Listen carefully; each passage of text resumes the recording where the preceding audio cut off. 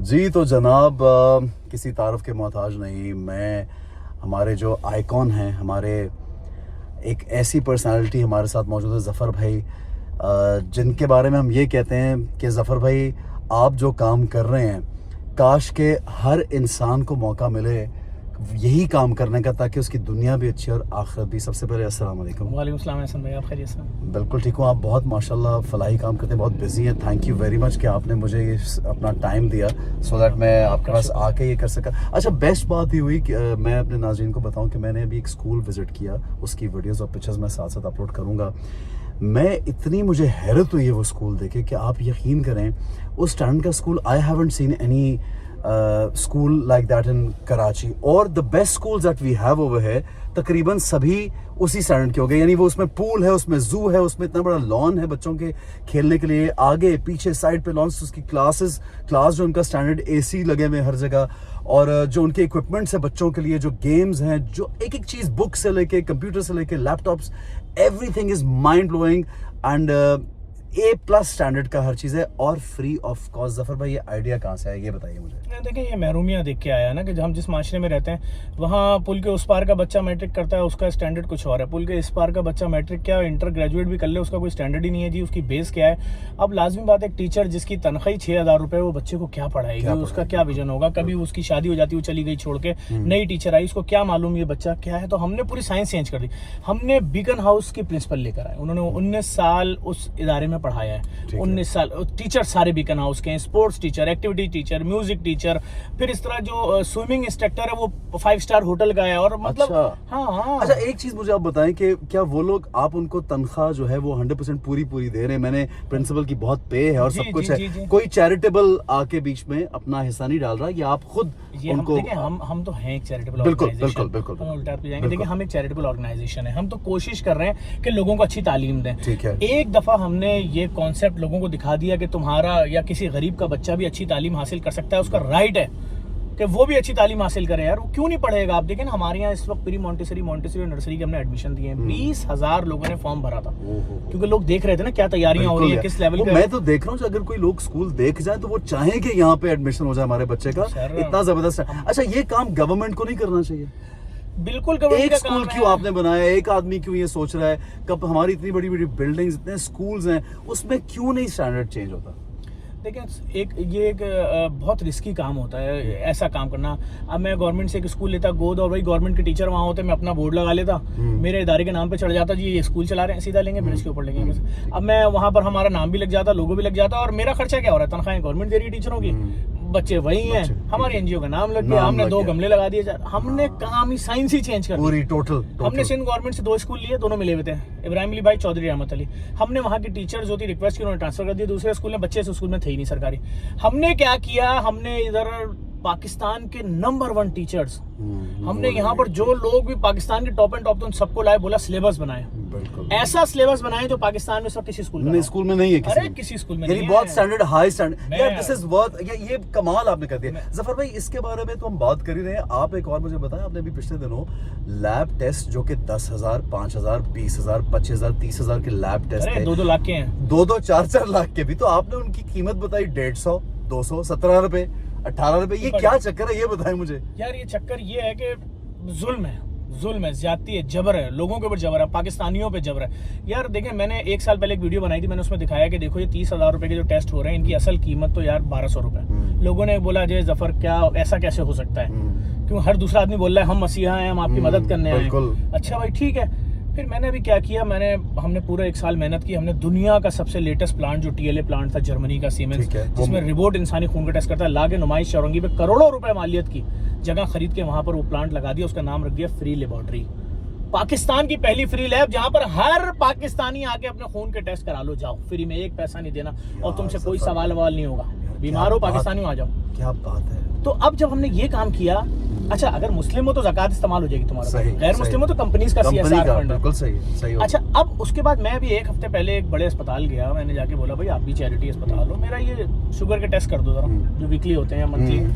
कर दिया उन्होंने टेस्ट, ठीक है। उन्होंने कहा जी 21,500 रुपए हो गए, क्या ज़कात लेंगे? मैंने कहा आप 21,500 हो गए ना, रसीद दे दे। मैं ले आया। मैंने लाके अपनी लैब में बोला भाई अगर हम एक तो हम अपनी लैब में किसी से पैसा नहीं लेते, मैंने कहा अगर हम अपनी मशीनों पे टेस्ट करें तो क्या कॉस्ट आ रही है, इसमें सैलरी तनख्वाहें सब कुछ डाल दो।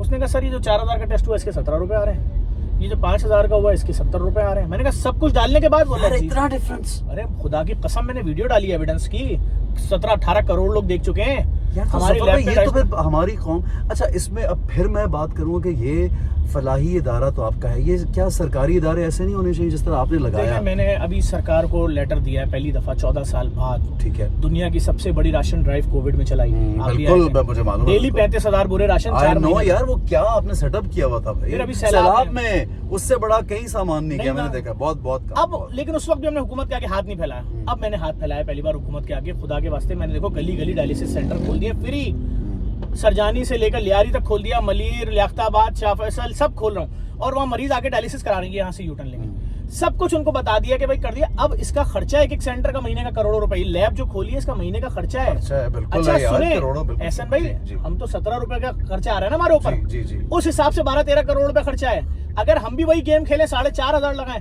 तो ये तो खरबों में चला खरबों जाएगा। में चला जाएगा, बिल्कुल तो सही। बात ये कि मैं तो सिर्फ ये चाह रहा हूँ कि इन माफिया से अपने पाकिस्तानियों की जान बचाऊं। इसके बदले में माफिया क्या करेगी, मुझे मार देगी। तो अगर मेरे मरने से नहीं रियल है, मतलब ये एहसन भाई ये तो रियल है, अगर मेरे मरने से पूरे पाकिस्तान के इलाज 7 से 8 हजार गुना सस्ते हो सकते हैं। 7-800 नहीं, 7-800 नहीं, 70 रुपए वाली चीज 700 में नहीं है, 70 रुपए वाली चीज 4,000 रुपए में।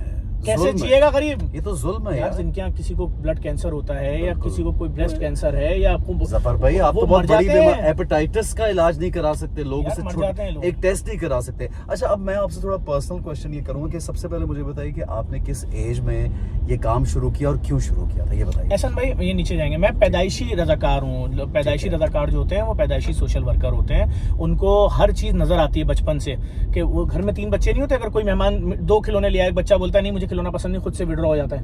पसंद उसको भी होता है, बिल्कुल सही, वो लेकिन उसका रजाकार- नेचर नहीं, वो कहता है नहीं दूसरे खुश हो जाए। सड़क पे पड़ा हुआ पत्थर हजारों गाड़ियां गुजरती हैं नहीं हटाती, कोई एक गाड़ी वाला रुकता है उसको हटा के साइड पे करता है बगैर उजरत लिए, बगैर पैसे। हम वो नेचर के लोग हैं। मैं पाकिस्तान का सबसे कम उम्र मल्टीनेशनल कंपनी का नेशनल सेल्स मैनेजर रह चुका हूँ 21 साल की उम्र में। माशाल्लाह। तो मुझे अब अभी भी मेरे अपने काम भी हैं, बड़ी बड़ी पोस्टों पे काम किया है। 21 साल की उम्र में गाड़ियां आती हैं कंपनियों की तरफ से, अपनी भी गाड़ी, अपना कारोबार भी, पीजेपी ट्रैवल और है। माशाल्लाह अभी भी आपका बहुत कारोबार भी और हैं, लेकिन आपका पूरा फोकस मैंने देखा है। भाई आप लोगों बहुत की कुछ बस कर ये, सकते हैं हम ही आ गए। लेकिन मैंने फोकस देखा बस सारा इसी इनको पर फौरन दे है। दिए। हम गाड़ी अंदर लेके हाँ, जाएंगे। लेके जाएंगे। अच्छा जी, मैं जेडीसी जो फ्री मुर्दा खाना है उसके अंदर हम जा रहे हैं और साथ साथ मैं विजिट कर रहा हूँ। जफर भाई आज अपना टाइम मुझे दे रहे हैं, तो ये मेरी बड़ी खुशकिस्मती कि नहीं, आपको आप पता जैसे एक जबरदस्त हस्ती के साथ हूँ। मैं ये बताता चलूँ, दीवार मेहरबानी हमने किया, हमने एक बाजार लगाया था, बहुत सस्ता बाजार, तो वो मेरा प्रोजेक्ट नहीं था, वो जफर भाई की हेल्प से वो प्रोजेक्ट हमने बाजार भी किया था। कहाँ था? एक्सपो एक्सपो सेंटर में, एक्सपो में। एक्सपो की तारीख में कभी ऐसा हुआ है कि राशन दाल चावल फ्री में बटाओ? बिल्कुल नहीं, कभी कैसे नहीं। कैसे, वो तो आपने याद दिलाया। और सही ये है। पिछले 10-12 साल से जफर भाई से मेरा एक ताल्लुक है। नहीं, मैं आपको और याद- मुझे जब मैं लोगों को ये बताना चाहता हूँ, जब कोई शख्स मुझे कोई ऐसा मुस्तहिक आके बोलता ना कि मेरी शादी है बच्ची की, मुझे हॉस्पिटल जाना है, तो मेरा पहला फोन जो होता है वो ऐसे जफर ही, भाई को होता है ऐसे ही। कि जफर भाई यार ये करा दें किसी का काम। अच्छा जफर भाई, एक चीज मुझे आपसे जरूर पूछनी है, आप मुझे ये बताएं कि ये आपकी फैमिली कितना सपोर्ट करती है? एक तो इमीडिएट फैमिली होती है आपके बच्चे, बेगम, उसके अलावा जो दूसरी फैमिली थी वो कितना सपोर्ट करती है आपको इस काम में, ये बताइए मुझे। देखें सब जैसे घर बेगम बच्चे हैं, जी। अगर कोई औरत फोन कर रही है और चीख रही है कि मेरा शौहर इस वक्त मर रहा है, मुझे खुदा के लिए मेरी मदद करो, तो उसकी आवाज फोन से बाहर आ रही होती है। बिल्कुल, तो बिल्कुल। घर वालों को भी जहन बना होता है कि ये अगर घर की कोई तकलीफ छोड़ के जा रहा है या घर में बच्चों को टाइम नहीं दे रहा है या घर में सिर्फ 2 घंटे के लिए आ रहा है, उनको पता है इसके पीछे। देखिए मैं आपको समझाऊं, 58 प्रोजेक्ट, 58 प्रोजेक्ट तो सिर्फ कराची में रोडों पे है जो जिंदगी मौत से वाबस्ता है। डायलिसिस हो रहा है, डायलिसिस है, बिल्कुल हर एक एक सेंटर का करोड़ों रुपए खर्चा है। बिल्कुल ऐसा। सारों लोगों की जिंदगियां लगी हैं मशीनों के ऊपर। लैब है, मुर्दा खाने हैं, यतीम खाने हैं, ओल्ड एज होम है, वो नई कराची में है, अबुल हसन अस्वानी पे है, एम्बुलेंस सेंटर है, दस्तरखान है, रेस्टोरेंट है, IT सिटी है, IT सेंटर्स हैं। 58 प्रोजेक्ट तो सिर्फ रोडों पे, जिसपे लाखों पाकिस्तानी मुस्तफीद हो रहे हैं। उसमें कहीं ना कहीं मुश्किलात हैं, कहीं बिजली का शॉर्ट सर्किट हो गया, किसी सेंटर का बिल ही आ गया 1 करोड़ रुपए बिजली का। भाई अब ये पैसे अरेंज करना हर महीने 20-22 करोड़ रुपए, ये इतनी बड़ी जहनी डिप्रेशन है कि मैं आपको बता नहीं सकता। अब ये कैसे अरेंज होते हैं, ज्यादातर ये क्या है सारा? यार मुझे मैं बताएं, आपको क्या थोड़ा बताऊं, समझाएं। इस वक्त इतना बर्डन है कि हम इस वक्त बार बार अपीलें कर रहे हैं, पूरी दुनिया में जो लोग बैठे हुए हैं इंटरनेशनल एनजीओ से कर रहे हैं, जो पाकिस्तानी दुनिया भर में, कि भाई ज़कात दो, डोनेशन दो, अपना हिस्सा डालो। यही डायलिसिस कराने तुम्हारे रिश्तेदार, तुम्हारे घर वाले जाते थे ना किसी एक सरकारी अस्पताल में, और जाके 8-8 घंटे लाइन में लगते थे, 2 घंटे का डायलिसिस कराते थे। मैंने तुम्हारे इलाकों में डायलिसिस सेंटर खोल दिया है। सिर्फ उन डायलिसिस सेंटरों में जाओ, पूछो जब लाइट नहीं होती तो जनरेटर के डीजल कितना लगता है महीने में? 6-6 लाख रुपए, 8-8, 10-10 लाख रुपए एक सेंटर का बिल आ रहा है, कहां से दूंगा? ये सब टोटल करें तो महीने का 20-22 करोड़ रुपए। किटों के पैसे, इंपोर्टेड किट लगाता हूं मैं फिरजीनियस कंपनी मुझे की, पता आपका डायलिसिस क्वालिटी में तो कभी कॉम्प्रोमाइज आपने किया पूरी नहीं। जो आपकी बसेस अब चली हैं वो जरा बताएं कि लोकल शहर में लोगों को ये जरूर बताना चाहता हूँ कि बस का किराया, बहुत से हमारे घर में जो कैसे देंगे लोग? स्टाफ होता है वो आता है कहीं दूर से और नौकरियों पर जाते हैं, खवातीन जाती हैं, किराया नहीं दे पाते, तनख्वाह में से कुछ बचता नहीं है, तो फ्री किराया 1 रुपया नहीं दे रहे। अगर किसी ने चैरिटी के तौर पे कुछ देना है तो वो दे दे, उसका नहीं, अपना वो भी आपके सामने क्या ऑर्डर पास हाँ, हुआ? आपने कहा कि वो भी बंद कर दें, चैरिटी भी नहीं चाहिए, चैरिटी इसके भी अंदर। नहीं चाहिए। कोई तो नहीं ये बस सर्विस शुरू करने का ये कहाँ से आया आपके देखिए, ज़हन एक में? आम आदमी जिसकी तनख्वाह जो है वो 15,000 20,000 रुपए, अगर वो ऑफिस जाते हुए 80 रुपए एक रूट का और 80 रुपए एक रूट का, 160 रुपए खर्च करके वो अपने ऑफिस पहुंचेगा और फिर वापसी में 160 रुपए खर्च करके आएगा, 320 रुपए के बाद महीने के 9,000 रुपए बस में लग गए। हाँ, 9,000 से बचा कितना? 7,000 रुपए। 7,000 रुपए में राशन आ जाता है महीने का, घर का किराया दे देगा 7,000 में, बिजली का बिल दे देगा, बच्चों की फीस दे देगा, माँ बाप की दवाई दे देगा, जिस जगह नौकरी कर रहा है वहाँ दिन में कुछ तो खाएगा। तो भाई मैं उनकी जिंदगी में इतनी आसानी पैदा कर दूं कि बस में फ्री सफर करो। कल नया रूट भी खोल दिया, सोराबकोट से मलिर वाला भी। अच्छा, माशाल्लाह। एक मुझे आपसे बहुत ज़रूरी, क्योंकि आप पॉलिटिकल लोगों से ही मिलते हैं, हर पार्टी से एफिलिएशन भी है आपकी, किसी के साथ आप कभी मैंने नहीं देखा कि ज़्यादा या कम, और लोगों के साथ भी, आम इंसानों के साथ भी बिल्कुल आपका सलूक सबके साथ अच्छा है।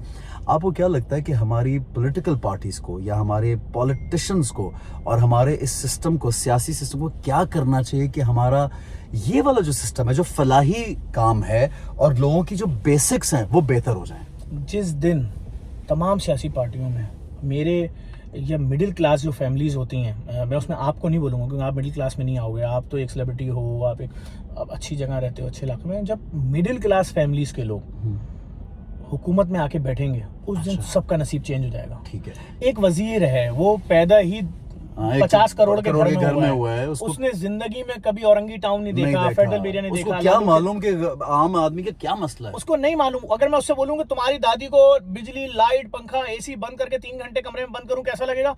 वो बोलेगा मैं तुम्हें शूट कर दूंगा। तुम मेरी दादी के लिए क्या बोल रहे हो? अबे भाई, आधे कराची की दादी नानियां 12-12 घंटे की लोड शेडिंग में छोटे छोटे क्वार्टरों में बंद पड़ी हुई हैं, बिल्कुल कैसे जिंदगी के दिन पूरे कर रही पूछने वाला है। तो ये दर्द वही समझ सकता है कि जो इन इलाकों का होगा। जब तक ये कॉन्सेप्ट खत्म नहीं होगा, रईसों को, अमीरों को, वडेरों को, जागीरदारों को, ओ भाई मिडिल क्लास आदमी आएगा। भाई आप देख लो ना मुल्क का रेशो क्या, कराची में 80% आबादी कौन सी है?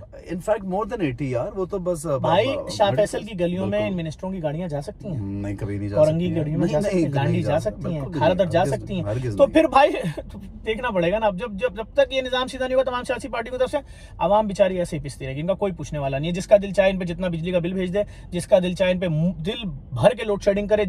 मतलब मुझे पहली रमजान को बाहर निकलना पड़ा कि भाई एक फ्रूट चाट के फल देना जरा।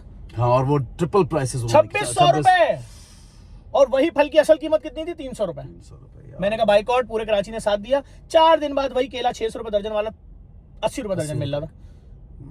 तो भाई बात ये कि लोगों के साथ जाती हो रही है। अच्छा, अब आम आदमी के लिए हम लोग आपको लोग देखते हैं, सुनते हैं, आपके अपने जो YouTube के फॉलोअर्स, Facebook के फॉलोअर्स बहुत सुनते हैं आपको, मैं देखता हूँ आपकी वीडियोस आगे भी पहुँचती हैं। उनको, आम आवाम को, जो लोग हैं बिल्कुल, उनको क्या कहना चाहेंगे? कि मैं देखता हूँ जफर भाई, जो हमारी भी जो लाइफ यहाँ पे गुजरी है, हम बेहतरी की उम्मीद, आपको बेहतरी की उम्मीद, हमारे पेरेंट्स भी ये कहते हैं कि हमें बेहतरी की उम्मीद थी, लेकिन वो बेहतरी कब और कैसे आ ही नहीं रही। क्या करना चाहिए आम लोगों को? अभी तो बेहतरी का टाइम निकल गया। अभी तो बस सिर्फ सीधी सी अपील है, जो भी लोग देख रहे हैं इस वीडियो को, आपके जो भी रिश्तेदार आपसे कमज़ोर हैं उनको फाइनेंशियली सपोर्ट करें, उनके बच्चों की फीस की जिम्मेदारी ले लें, उनके घर के बिल की जिम्मेदारी ले लें, उनके घर में राशन की जिम्मेदारी ले लें। वो आपको मना नहीं करेंगे, जितने भी सफ़ेद पोशों, बस चुपचाप उन तक चीज़ें पहुँचाएँ। इस वक्त लोग हमारे यहाँ पाकिस्तान में मुसीबत में हैं। देखिए मेरी बात को समझें, 1 साल पहले जो आटा 300 रुपये का 10 किलो था, आज 1800 रुपये का है। 1.5 साल पहले कुकिंग ऑयल जो 150 रुपये का 1 लीटर था, आज 700 रुपये लीटर है। आप सोचें, जो पेट्रोल 90 रुपये लीटर था, आज 300 रुपये लीटर है। लोग जिंदा कैसे रहेंगे? जो 70,000 कमा रहा है वो एक वक्त का खाना छोड़ चुका है, जो 50,000 कमा रहा है वो नाश्ता भी नहीं करता और शायद दिन का खाना भी नहीं खाता। लोगों के साथ जुल्म हो रहा है, लोग पिस रहे हैं। लोग ये किसके आगे जाके रोएंगे यार? इनके पास कोई रास्ता नहीं है, इनके पास कोई भी रास्ता नहीं है। आप देखें, मैं झूठ नहीं बोल रहा, हम पहले मिडिल क्लास फैमिलियों के यहाँ डिस्कस होता था कि यार फलां की शादी आने वाली है, 3 महीने पहले से डिस्कस करते थे लोग, अरे मायूं में ये करना है, ऐसे पटाखा फाड़ देंगे या यूं कर देंगे, यूं कर देंगे। अरे भाई अभी आप किसी को कार्ड दे दो खाली, तो वो दहल जाता है कि लो भाई अब इनको 1000 रुपए देने होंगे लिफाफे में, 5000 रुपए देने होंगे, इन्होंने तो मेरी बच्ची की शादी में 2500 दिए थे, 2500 वापस करने होंगे। दे ना आप कोई किसी को सालगिरह का कार्ड, क्यों नहीं हो रही अब सालगिरह? नहीं हो रही, बिल्कुल सही। किसको बुलाओगे? लोग एक बेसिक्स नहीं पूरी कर पा रहे तो लग्जरी तो लोग कहते हैं मेरे बच्चे की पहली सालगिरह है, पूरा खानदान बुलाऊंगा। बुलाओ, जिसको कार्ड दोगे वो बद्दुआ देगा तुम्हारे बच्चे को। सही कह रहे कि मेरे बच्चे भूखे हैं, इनके बच्चे की सालगिरह में जाके मैं लिफाफा दूं। बिल्कुल सही कह रही है। क्यों नहीं बहुत गहरी बात है, खत्म, सब खत्म हो गया है। एक बड़े कैजुअल अंदाज में बहुत गहरी बात की। जफर भाई इतना माशाल्लाह आप काम कर रहे हैं, आपको मुझे ये बताएं कि हमारे यहाँ पे जो बाकी फलाई इदारे हैं, मैं उनसे भी ये चाहूँगा कि वो भी सब लोग मिल के, क्या हमारे यहाँ पे यूनिटी है? हमारे जो रिलीजियस डिफरेंसेस हैं या जो फलाई इदारे उनमें कुछ डिफरेंसेस हैं, तो क्या एक जगह पे आते हैं सारे इकट्ठे जमा होते हैं? मैं समझता हूँ आना चाहिए, और मैं बड़े फख्र से तमाम फलाई इदारों की खिदमत पे सलाम भी पेश करता हूँ अपनी वीडियोस पे। भले कोई मुझसे हाथ ना भी मिला, मुझे कोई फर्क नहीं पड़ता। मैं नहीं, ऐसा वाकया कभी हुआ है कि किसी ने डिस्कस नहीं करना? अच्छा ठीक है, लेकिन हुआ कि किसी ने अवॉइड कर? हाँ, बड़े मसले मसाइल हैं। नहीं, वो किस बेस पे? कोई भी बेस, मतलब उन्होंने कहा कि शायद आप काम सही नहीं कर रहे या क्या? क्योंकि आपका काम तो बहुत ओपन है यार, हमें नजर आता है कि आप कर रहे हैं काम। हर फलाई इदारे का नाम लेके शुक्रिया अदा करता हूँ। देखें, अगर मैं डेली दिन में 1.5 लाख बोरे राशन भी निकाल रहा था, सैलाब में दे रहा था, तो मैं अगर जानता था कि फला इदारा जो है एक बोरा भी राशन नहीं दे रहा है, लेकिन मैं फिर भी सबके लिए दुआ भी करता हूँ, और मैं खुला बोलता हूँ कि मीदी साहब के नजरिए को लेकर चल रहे हैं। मैं किसी भूखे से नहीं पूछूंगा उसकी जबान, उसका सूबा, उसका मजहब, उसका मसलक। बिल्कुल मैं अपनी वीडियोस में भी मैसेज देता हूँ। यही वजह है कि आज मेरा काम देख के पाकिस्तान के लाखों यूथ जो है उनका जहन क्लियर है। कभी किसी बेवा से नहीं पूछते कि अपनी जबान बताओ, कहाँ से हो, मसलक बताओ, अपना मजहब। तुम बेवा हो, ये अल्लाह की खातिर हम तुम्हें खाना दे रहे हैं। बिल्कुल सही। कितनी कैंपेनें चलती हैं कराची में, खाना बंद कर दो, खाना बंद कर दो। मैं क्या बोलता हूँ, जहां दस्तरखान किसी और ने बंद किया वहां मैं खोल दूंगा। खाना दो। क्या इस खाने से किसी का बिजली का बिल अदा हो जाएगा? क्या इस खाने से किसी का रेंट अदा हो जाएगा? क्या इस खाने से किसी के बच्चे की कैंसर की दवा आ जाएगी? बिला वजह की बात है। जिनका पेट भरा हुआ है, कुछ नहीं मिलता है, शोषा छोड़ देते हैं। जफर अब्बास फकीरों को पाल रहा है। अरे भाई, फकीर दिन का कमाता है 40,000, वो मेरे दस्तरखान के खाने का इंतजार नहीं कर रहा। बिल्कुल, वो तुमसे बहुत ज्यादा कमा रहा है। वो तो ढोंगी फकीर है, उसके ड्रामे कम है। वो आके किसी का कभी हाथ मोड़ के आ रहा है, कभी लेटा हुआ है, कभी रो रहा है, कभी बदुआएं दे रहा है। ये दस्तरखान हमारे दस्तरखानों से पार्सल दिया जाता है। जब कोई एक आदमी अपने घर पहुंचता है ना 20 रोटी लेके हमारे दस्तरखानों से, उसके बच्चे उछल जाते हैं कि पापा को कैसे मालूम, हमने नाश्ता भी नहीं किया था सुबह। भाई, हमारा काम अलग है, हमारा विजन अलग है, हमारी सोच अलग है, और हम तो सिर्फ इतना बोलते हैं लोगों से कि अपने रिश्तेदारों का ख्याल करो। अगर कोई रिश्तेदार गरीब नहीं मिल रहा खानदान में, कोई पड़ोसी, कोई मोहल्लेदार गरीब नहीं मिल रहा परेशान, तो उसके बाद जीडीसी तक रकम पहुंचाओ किसी भी तरीके से, ताकि जीडीसी जो काम कर रहा है उसको सपोर्ट करें। अभी अगर जरा सा सपोर्ट कर दें, खुदा की कसम मैं झूठ नहीं बोल रहा हूँ, पूरे पाकिस्तान भर में सियालकोट में फ्री डायलिसिस सेंटर खोल दिया, फैसलाबाद में किडनी सेंटर खोलने, वहाँ ट्रांसप्लांट भी फ्री में होगा। आजाद कश्मीर में खोलने जा रहे हैं डायलिसिस सेंटर। कराची में देखें किस इलाके में डायलिसिस सेंटर नहीं है, हर जगह खोल दिए, जाओ फ्री में कराओ डायलिसिस। और आप सुने कैंसर से महंगा है डायलिसिस, बहुत ज्यादा है, क्योंकि रेगुलर हर 44 घंटे बाद, बिल्कुल दूसरे दिन या किसी का चौथे दिन, इस तरह करके। बिल्कुल सबका जो गुर्दे का मरीज है, हर 44 घंटे बाद 4 घंटे मशीन पे लेटना है। अल्लाह अकबर। तो भाई बात ये कि हम जो कर रहे हैं एक डायलिसिस, तुम यही कल 25,000 का करा रहे थे अस्पताल में, आज हम फ्री का कर रहे हैं। तुम्हें किसी का आगे हाथ नहीं फैलाना पड़ा। लेकिन मुखैर हजरात तो हमारी तरफ देखें, वो तो आए साथ जुड़े भाई, भले 1 रुपए की जिम्मेदारी हर महीने के लिए, लेकिन बिल्कुल कुछ तो दें, चैरिटी तो करनी ही चाहिए। लेकिन हम तो ये भी सुनते हैं कि पाकिस्तानियों का दिल बहुत खुला है भी। मैं जब भी देखा कि हमने किसी चीज़ के लिए कुछ पैसे जमा कर रहे हैं, चाहे हम भी पहुंचे, लोग भी पहुंचते हैं, इसके बारे में क्या कहेंगे? इसमें कोई दो राय नहीं है, खुदा की कसम। और यही वजह है कि मैं अगर आज दावा करता हूँ कि कोविड में दुनिया की सबसे बड़ी राशन ड्राइव जीडीसी ने की है, तो यही तो थे पाकिस्तान। अगर सैलाब में एक वक्त में 400 ट्रक मैं लोड करके सिंध पुलिस के डिपार्टमेंट एसएसयू के डीआईजी मकसूद मेमन साहब के थ्रू भेज रहा हूँ सैलाब ज़दा बलूचिस्तान और सिंध में, उसी वक्त में 50,000 बोरे पैक हो रहे हैं मेरे एयरफोर्स के लिए, जो एयरफोर्स पहुंचाएगी। 25,000 बोरे पैक हो रहे हैं नेवी के लिए, जो नेवी खुद पहुंचाएगी। 50,000 बोरे रेंजर्स के लिए पैक हो रहे हैं, जो रेंजर्स। तो मैं एक वक्त में 25 जगहों पे जो काम कर रहा हूँ, किसकी वजह से कर रहा हूँ? पाकिस्तानियों की वजह से, कराची वालों की वजह से। ये लोग सपोर्ट करते हैं अपने लोगों को। लेकिन मैं फिर आपके इस चैनल के तवज्जुह से, आपकी तवज्जुह से आवाज़ पहुंचाऊंगा, दुनिया के किसी भी कोने में लोग हैं, जीडीसी फाउंडेशन के पेज पे जाओ। अगर जहन एक्सेप्ट कर ले कि कोई इदारा इतना काम कर सकता है, तो फिर मत देना। अगर एक्सेप्ट ना करे तो जुड़ नहीं जाओ नहीं भाई। माशाल्लाह वो हम आपके मैं 10 12 15 साल से आपसे मुलाकात भी है, जानते भी हैं, आपके काम हमने देखे हैं और ये नहीं कि टेम्परेरी कंसिस्टेंसी के साथ जफर भाई आपका काम चल रहा है। और माशाल्लाह मैं जब कंपेयर करता हूँ आज से 10 इयर्स बैक जब मैं जाता हूँ उससे अब जब मैं कंपेयर करता हूँ आपने अपने काम को बहुत फैला लिया, बहुत बड़ा किया है और ये एक ज़बरदस्त काम है। अच्छा आखिरी जाते जाते एक सवाल ये कि घर कितना टाइम देते हैं ये बता दीजिए। यार मेरे बच्चे की सालगिरह है आज, अच्छा तो जब मैं अपने घर से निकल रहा था तो मेरी बेगम ने मुझे ये बात बोली कि अगर 10 मिनट आ जाओगे तो बच्चा 1 साल भर खुश रहेगा। तब आप जाएंगे यहाँ से? हाँ, तो मेरी अब आज जो है 2 डोनर कॉन्फ्रेंस है और एक और अर्शी जो शॉपिंग सेंटर में आग लगी है वहाँ के जो मुतासरीन हैं मैं उनके लिए चाह रहा हूँ कि उनका एक सिस्टम बने, उनका डाटा बन के गवर्नमेंट तक पहुँच जाए फटाफट, ताकि गवर्नमेंट फिर उनके लिए सपोर्ट बिल्कुल। हाँ, मैं उसके हवाले से भी वहाँ बार बार जा रहा हूँ, मिल रहा हूँ वहाँ के लोगों से, उधर भी जाना है, लेकिन कोशिश करूँगा घर पहुँचूँ लाजमी। लेकिन हमारी ज़िंदगी बहुत अजीब है, अभी कहीं निकल रहे हैं हंगामा शुरू हो जाता है कहीं पर, भाई यूँ है वो है, और फिर आपकी जरूरत पड़ जाती है हाँ, भाई मरीज लेकर आए चीख रहे नहीं, हम आपने तो ऐलान किया डायलिसिस फ्री है। अरे भाई फ्री डायलिसिस है, सेंटर में जगह ही नहीं है, तो कैसे बैठाएंगे? बिल्कुल अब फला डायलिसिस सेंटर चले जाओ, वहाँ जगह है, मैंने बात कर ली है, लियाकताबाद वाले में चले जाओ हमारे, या नई कराची या सरजानी वाले, नहीं क्यों चले जाओ भाई, हम फला आपकी बात एमपीए से करा रहे हैं, एमएनए से करा रहे हैं, वो वहां से बोल रहे हो यार भाई देख लो। अरे भाई क्या देख लो, जब तक ये मरीज जिंदा है, जितने दिन जितने साल, हर एक दिन बाद इस मरीज का नंबर लगा हुआ है, सुबह 9 बजे का, 1 बजे का दूसरे मरीज का लगा हुआ है, 5 बजे का तीसरे बच्चे का लगा हुआ है, तो भाई अब मैं उनको कैसे मना कर दूं? तो भाई प्रॉब्लम है, अब ये सारा काम बहुत महंगा, एक मरीज पे महीने का खर्चा है 3-3 लाख रुपए एक मरीज पे। और यार ये बड़ी बहुत हिम्मत की बात है जफर भाई, thank you so much for your time. और आपका शुक्रिया। नहीं मैं बल्कि अभी आपको मोर्चरी विजिट कराता हूँ, दुनिया की सबसे बड़ी मोर्चरी जहाँ पहुंच चुके हैं इस वक्त, जहाँ कोई पैसा नहीं है मैयत रखने का, गसुल का, कफन का, मैयत बस का, तदफीन कुछ भी नहीं, विजिट कराता हूँ। थैंक यू जफर भाई, और आप लोग फीडबैक दीजिएगा, और अगर आप कुछ भी चाहते हैं कि जफर भाई से कांटेक्ट करना, जफर भाई की चैरिटी को कुछ देना, तो इनके पेजेस हर जगह मौजूद हैं। जफर भाई मुझे ये भी बता दीजिए लोगों को कहाँ पे चैरिटी किस तरह से करनी? सर बहुत इजी है, देखिए हम अमेरिका में भी रजिस्टर्ड हैं और जेडीसी फाउंडेशन यूएसए के नाम से 501c3 हमारे पास मौजूद है, हमारा अकाउंट बैंक ऑफ अमेरिका में, पाकिस्तान में हम रजिस्टर्ड ऑर्गेनाइजेशन है, www.jdcwelfare.org भी जा सकते हैं, जेडीसी फाउंडेशन पाकिस्तान हमारा पेज है फेसबुक पे, बाकी आपको नंबर दे दूंगा, आप डाल देंगे तो और ठीक हो गया। Thank you so much, thank you.